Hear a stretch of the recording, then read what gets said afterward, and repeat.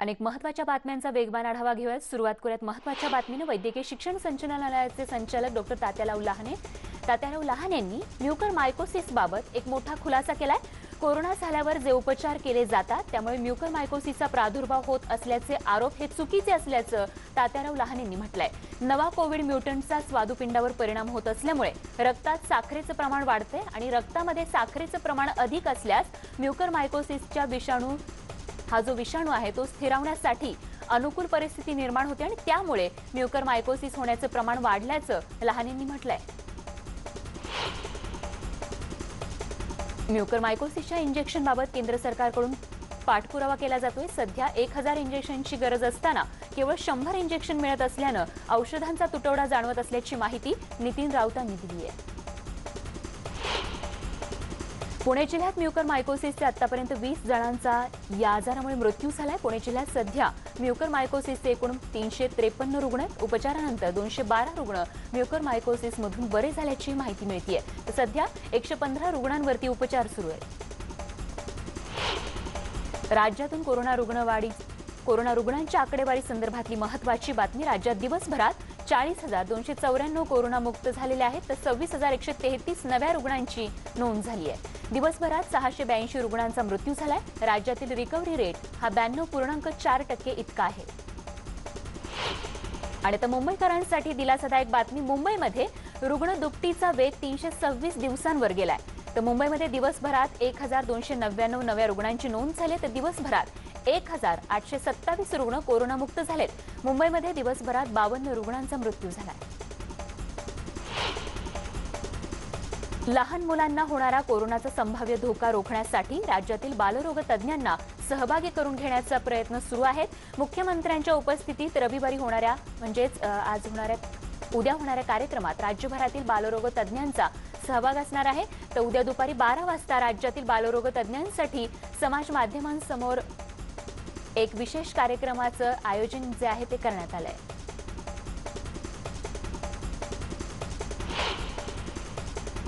उद्या 12वी परीक्षा आणि व्यावसायिक अभ्यासक्रमांच्या प्रवेश परीक्षेच्या चर्चा करण्यासाठी राज्य केंद्रशासित प्रदेशांच्या प्रतिनिधींसोबत उच्चस्तरीय बैठक पार पडणार आहे। केंद्रीय शिक्षण मंत्र्यांनी सर्व राज्य आणि केंद्रशासित प्रदेशांना पत्र लिहिलंय। केंद्रीय संरक्षण मंत्री राजनाथ सिंह यांच्या अध्यक्षतेखाली ही बैठक होणार आहे। कोरोनाचा 10वीच्या विद्यार्थ्यांना मोठा फटका बसलाय। 10वीच्या परीक्षा रद्द करण्याचा निर्णय राज्य सरकारने घेतला। मात्र आता या 10वीच्या विद्यार्थ्यांना थेट गुणपत्रिका हाती देणार की प्रवेशाआधी ऑफलाईन परीक्षा घेण्याचा निर्णय घेणार हा प्रश्न पालक आणि विद्यार्थ्यांना पडलाय। 11वीत प्रवेश देण्याआधी विद्यार्थ्यांना कसे गुण दिले जावे यासाठी शिक्षण मंत्री वर्षा गायकवाड यांनी बैठकीचे आयोजन केले।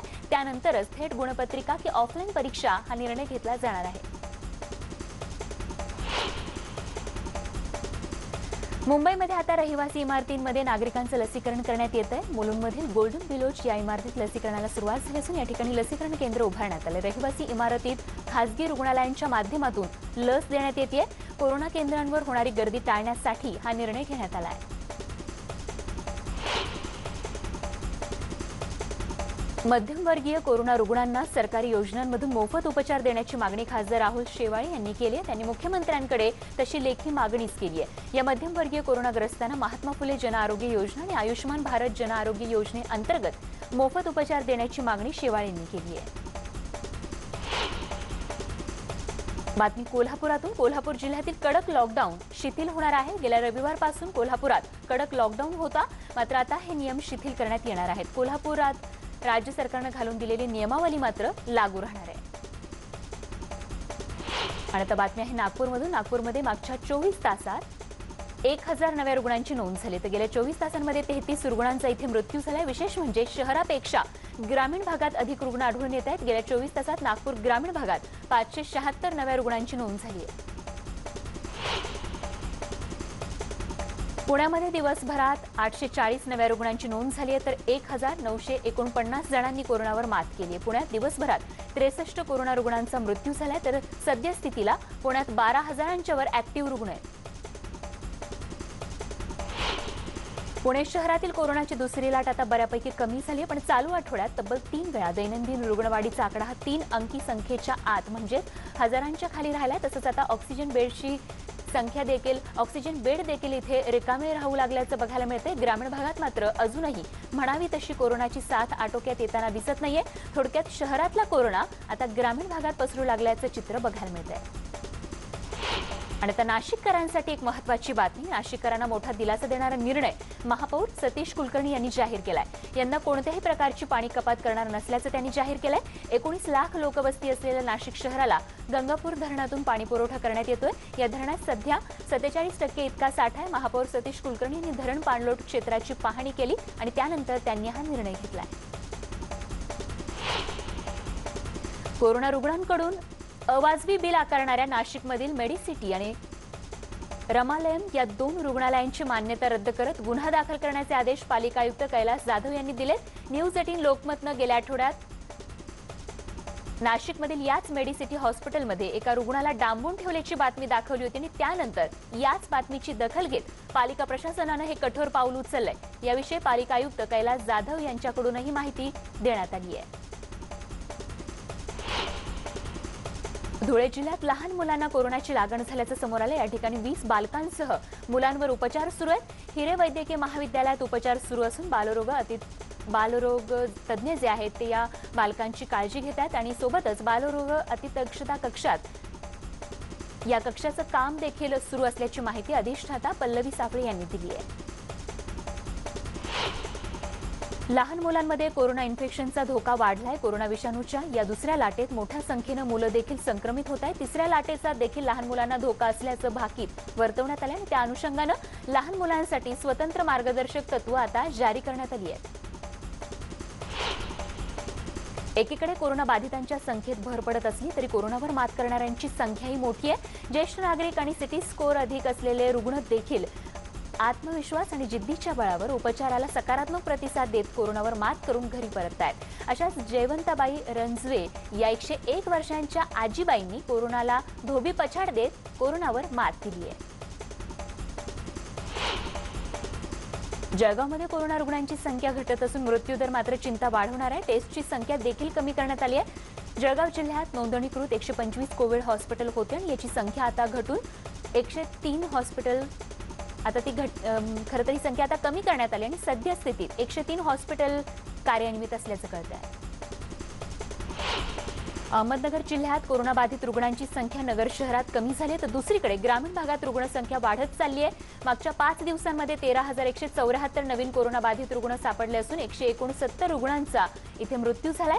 कोरोना बाधित रुग्णांची संख्या ग्रामीण भागात मोठ्या प्रमाणावर आहे आणि ती वाढत असल्यानं प्रशासनाची चिंता वाढली आहे। आता प्रशासनानं कडक लॉकडाऊनची अंमलबजावणी सुरू केली आहे।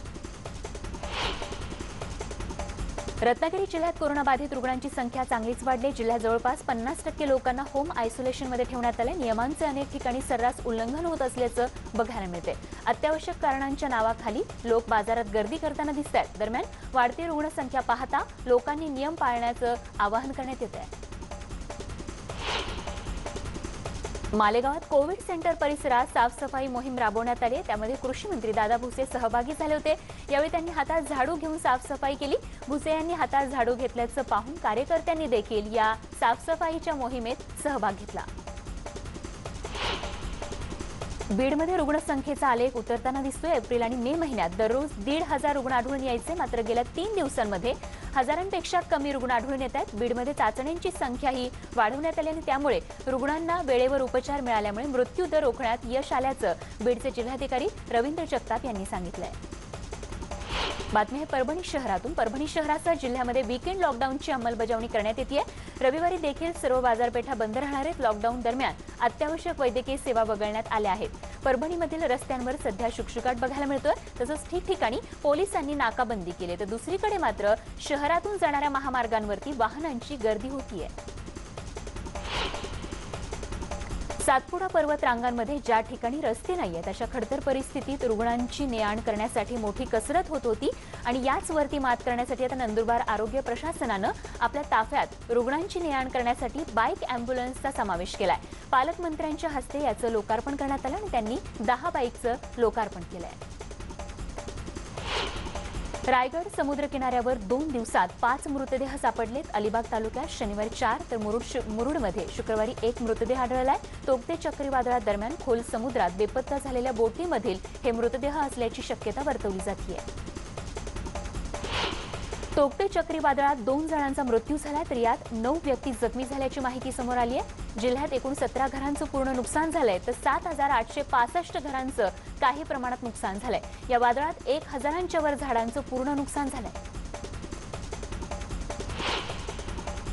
निसर्गाची जपणूक करून विकास कामं कशी करावीत याबाबत तांत्रिक सल्ला देणारी संस्था स्थापन करण्याचे आदेश मुख्यमंत्री उद्धव ठाकरे यांनी दिले. आंतरराष्ट्रीय जैवविविधता दिनानिमित्तानं त्यांच्या हस्ते चळवळ जैवविविधता संवर्धनाची वाटचाल जी आहे ती या ठिकाणी सुरू करण्यात आलेली आहे आणि या माहितीपटाचं अनावरण जे आहे ते मुख्यमंत्र्यांच्या हस्ते करण्यात आलं. उद्धव ठाकरे यांनी 2 दिवसांमध्ये नुकसानग्रस्त भागाचे पंचनामे करून मदत जाहीर करण्याचं सांगितलंय. मात्र 2 दिवसात पंचनामे होण्यासाठी त्यांनी 3 दिवस जायला हवं होतं असा टोला चंद्रकांत पाटलांनी मुख्यमंत्र्यांना लगावलाय. तर दुसरीकडे त्यांनी राष्ट्रवादीचे सर्वेसर्वा शरद पवारांचं कौतुक केलंय. शरद पवार आमचे राजकीयदृष्ट्या कितीही विरोधक असले तरी लातूर भूकंपाच्या वेळी शरद पवारांनी लातूरला आपलं हेडक्वार्टर केलं होतं आणि परिस्थिती आटोक्यात आणली होती असं चंद्रकांत पाटील यांनी म्हटलंय. तर विदूषक कोण हे पश्चिम बंगाल आणि देशानं दाखवूनच दिलंय. आता कोण हिरो आहे हे जनता ठरवेल असं प्रत्युत्तर नाना पटोलेंनी आशिष शेलारांना दिलंय. तर रायगड जिल्ह्यातील अलिबाग तालुक्यात चक्रीवादळात झालेल्या नुकसानीची पाहणी करण्यासाठी ते आले होते आणि त्यावेळी त्यांनी हे विधान केलंय. तोक्ते चक्रीवादळात बार्जवर अडकून पडलेला विश्वजित बंडगर घरी सुखरूप परतलाय. मंगळवेढा तालुक्यातील एक शेतकऱ्याचा मुलगा विश्वजित घरी सुखरूप परतल्यानं घरच्यांनी आनंद साजरा केला. विश्वजित यांनी या वादळात झालेला थरार सांगितलाय. परंतु विश्वजितने या चक्रीवादळामध्ये 15 तास रात्रीच्या अंधारात 20-20 मीटर लाटांचा सामना करत इंडियन नेव्हीची वाट बघितली. अखेर मृत्यूच्या अंतिम क्षणी इंडियन नेव्हीनं विश्वजित आणि त्यांच्या 7 ते 8 मित्रांना वाचवण्यात यश मिळवलंय. आता पावसासंदर्भात महत्त्वाची बातमी. पुढच्या 3 ते 4 दिवसांमध्ये मध्य महाराष्ट्रासह घाट भागात काही ठिकाणी पावसाची शक्यता हवामान खात्याकडून वर्तवण्यात आली आहे. सोमवार आणि मंगळवारी पुणे, सातारा, नाशिक आणि कोल्हापूर जिल्ह्यात पावसाला सुरुवात होणार आहे. या ठिकाणी विजांच्या कडकडाटासह हलक्या स्वरूपाच्या पावसाच्या सरी कोसळण्याची शक्यता हवामान खात्यानं वर्तवली आहे. आणि या सगळ्या महत्त्वाच्या बातम्यांसोबतच स्पीड न्यूज या बुलेटिनमध्ये एक छोटासा ब्रेक घेऊन लगेचच परत येतो. बघत रहा न्यूज 18 लोकमत.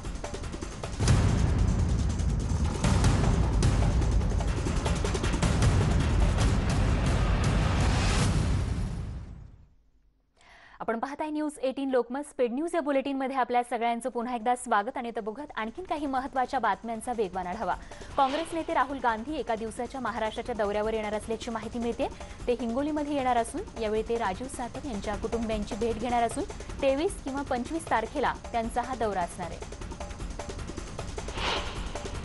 राजधानी दिल्लीमध्ये ब्लॅक फंगसची अनेक प्रकरणं समोर आली आहेत, ज्यामध्ये 2 रुग्णांना दुर्मिळ ब्लॅक फंगसची लागण झाल्याने डॉक्टरही चिंतातूर आहेत. या परिस्थितीवर सध्या डॉक्टर नजर ठेवून आहेत. देशातल्या म्युकरमायकोसिस आजारावरच्या उपचारांसाठी वापरण्यात येणाऱ्या औषधांच्या उपलब्धतेबद्दल केंद्रीय आरोग्य मंत्रालयाकडून आता माहिती देण्यात आली आहे. या औषधांचा पुरवठा वाढवण्यात येणार असल्याचंही मंत्रालयाकडून सांगण्यात आलं आहे. देशातून कोरोना रुग्णांची आकडेवारी समोर आली. देशात मागच्या 24 तासांमध्ये 2,57,000 कोरोना रुग्णांची नोंद झाली आहे. मागच्या 20 दिवसांची आकडेवारी पाहिली तर कोरोना रुग्णांच्या संख्येत घट झाल्याचं दिसतंय. देशात रुग्ण बरे होण्याचं प्रमाण देखील 87.76% पोहोचलंय. देशात आतापर्यंत 2,30,00,000 अधिक जण बरे झालेत. एस चक्रीवादळ आता अतितीव्र होणार असल्याचा इशारा भारतीय हवामान विभागानं दिलाय. 26 मेला हे वादळ ओडिशा आणि पश्चिम बंगालचा किनारा ओलांडणार असल्याची माहिती हवामान विभागानं दिली आहे. अक्षय कुमारच्या आगामी चित्रपटांपैकी राम सेतू हा चित्रपट सगळ्यात जास्त चर्चेत आलाय. कोरोनाच्या दुसऱ्या लाटेमुळे या चित्रपटाचं शूटिंग थांबवण्यात आलं होतं. मात्र आता अक्षय कुमार लवकरच राम सेतूची शूटिंग सुरू करणार आहे. येत्या 20 जूनपासून या चित्रपटाच्या शूटिंगला सुरुवात होणार असल्याचं सांगण्यात येतं. इतकंच नाही तर पुढच्या शूटिंगसाठी चित्रपटाच्या मेकर्सने एक स्पेशल प्लॅन देखील आखलाय.